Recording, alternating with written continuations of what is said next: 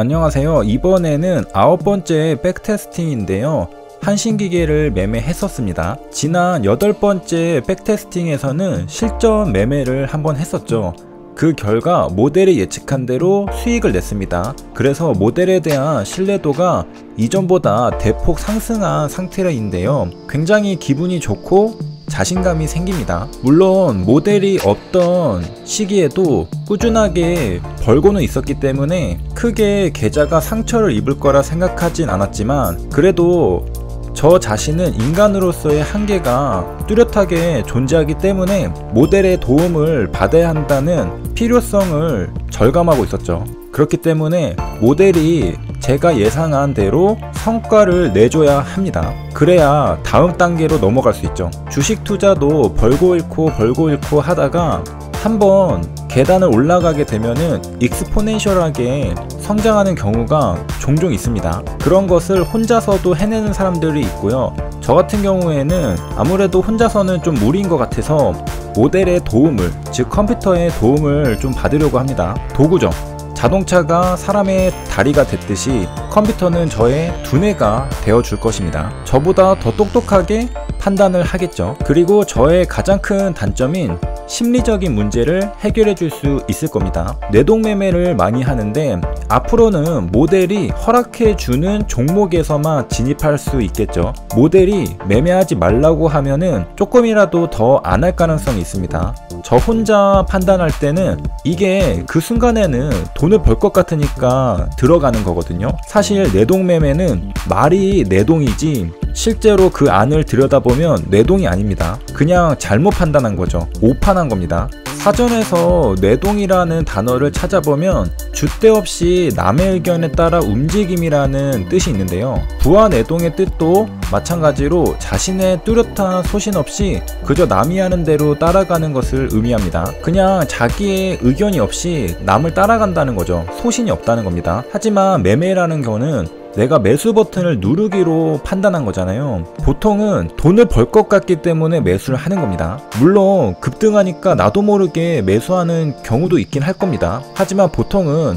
지켜보고 있다가 요게 갈 것 같은 자리라고 생각하기 때문에 순간적으로 수급이 쏠릴 때 사려고 하는 거잖아요. 하지만 거기는 갈 자리가 아니었기 때문에 손실을 보게 됩니다.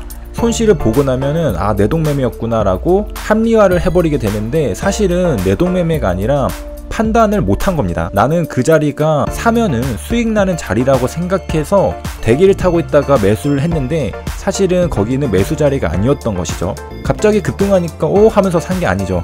분명히 판단하고 샀는데 가질 못하고 떨어져서 손절을 친 겁니다. 그렇기 때문에 엄밀하게 말하면 뇌동매매라고 보기보다는 그냥 못 맞추는 거죠.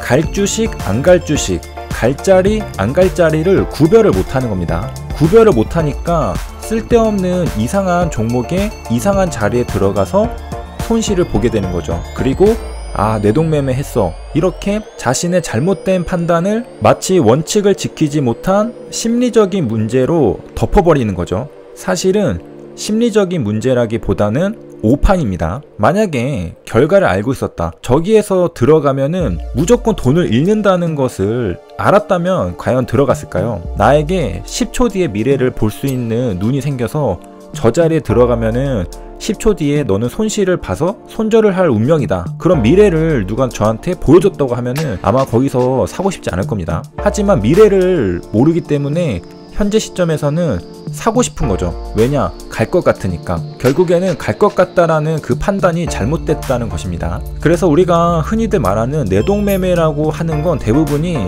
잘못된 판단이었다는 것이고요. 진짜 뇌동매매도 있겠죠. 갑자기 급등하니까 나도 모르게 손가락이 클릭을 해버리는 경우도 있을 겁니다. 진짜 이런 경우에는 사전 뜻 그대로 소신 없이 남이 하는 대로 따라간 거죠. 누가 사니까 나도 갑자기 같이 사버린 겁니다. 내 의지와는 상관없이 사버린 거죠. 이런 뇌동매매도 분명히 존재하겠지만 대부분은 갈 것 같기 때문에 매수 준비를 하고 있다가 돈을 벌 거라고 생각하고 진입을 했다가 손실 보는 거라는 겁니다. 한마디로 매수를 준비하고 있다가 베팅을 했는데 거기는 갈 자리가 아니라서 손실을 본다는 뜻입니다. 제가 올렸던 매매 영상 중에 진짜 내동매매라고 할 수 있는 건 그 쌍방울의 경우가 진짜 내동매매였습니다. 물론 그것도 결국에는 오판의 문제지만 계속 지켜보다가 급등해서 상한가를 가려고 하니까 하면서 저도 모르게 사버렸죠. 진짜 하는 순간 나도 모르게 매수를 해버리는 상태가 있습니다. 그런 거는 생각할 겨를도 없이 손가락에 클릭을 해버리니까 진정한 내동매매라고 부를 수 있을 겁니다. 그런 경우도 이제는 모델이 있기 때문에 조심할 수 있다는 것이고요. 왜냐? 매수하기 전에 모델한테 무조건 먼저 물어보고 그 판단을 듣고 나서 매매를 할 것이기 때문이죠. 그래서 모델의 가장 큰 장점 중에 하나는 그런 내동매매를 줄여주고, 그 다음에 사실은 내동매매로 치부되지만 실제로는 잘못 판단했던 것들을 모델이 정정해 줄 수 있다는 겁니다. 나는 돈을 벌 거라 생각하는 자리에서도 나보다 더 잘 맞추는 모델이 거기는 들어가면은 손실 보는 자리야 라고 알려준다는 거죠. 그러면 저도 여기는 내가 사고 싶었는데 사실은 돈을 잃는 자리였구나 인지를 하게 되고, 사람은 인지를 하게 되면 조심하게 됩니다. 매매를 안 하게 되죠. 물론 모델의 말을 못 믿고 아니 내가 봤을 때는 이거 버는 자리 같은데 널 못 믿겠는데 하면서 매수할 수도 있겠지만, 보통은 나보다 모델이 더 잘 맞춘다는 경험을 많이 접하다 보면 자연스럽게 모델의 말에 귀를 기울이게 됩니다. 그렇기 때문에 모델이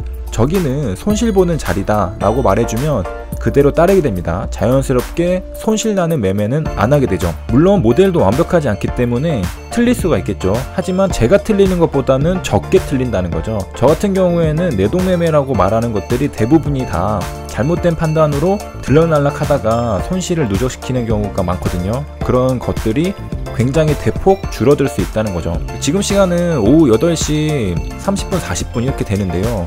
정말 신기한 게 사람의 하루 사이클도 과학입니다. 이제 슬슬 살아나는데요. 의욕이 살아나고 있습니다. 낮에는 굉장히 의욕이 없는데 저녁이 되면서부터 두뇌가 조금씩 돌아가고 있는 게 느껴지는데요.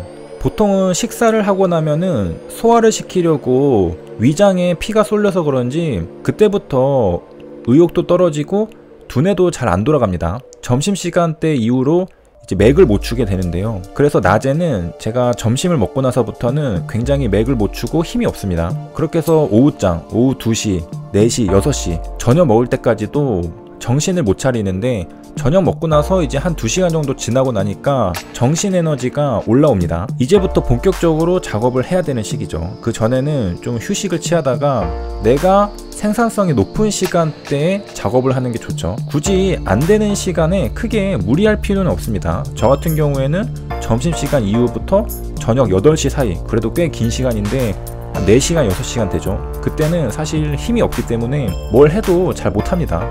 그래서 굳이 뭘 하려고 노력할 필요 없이 그냥 시간이 가기를 기다려주면서, 물론 쉬면서 생산적인 것들을 할 수 있죠. 의미 있는 시간을 보낼 수 있는 것들은 굉장히 많습니다. 쉬면서 낭비를 하지 않는 거죠. 뭘 한다는 거죠. 하기는 하는데 정신 에너지를 굉장히 많이 쓰는 그런 부담스러운 일들보다는 좀 편하게 쉬면서 할 수 있는, 그래도 시간을 의미 있게 보낼 수 있는 것들을 할 수 있다는 거죠. 요즘에는 쉽게 설명해주는 유튜브 영상들도 많잖아요. 뭐 그런 거를 보면서 시간을 때우는 겁니다. 그러면서 지식도 쌓고, 굉장히 어렵게 들어가지 않고 말 그대로 떠먹여주는 방송들 있잖아요. 크게 머리를 안 써도 지식을 전달해주는 그런 유튜브들이 굉장히 많습니다. 그런 것들을 시청하면서 좀 쉬면서 그래도 시간을 의미있게 보내다가 내가 가장 강할 시기에 본격적으로 작업을 하면 됩니다.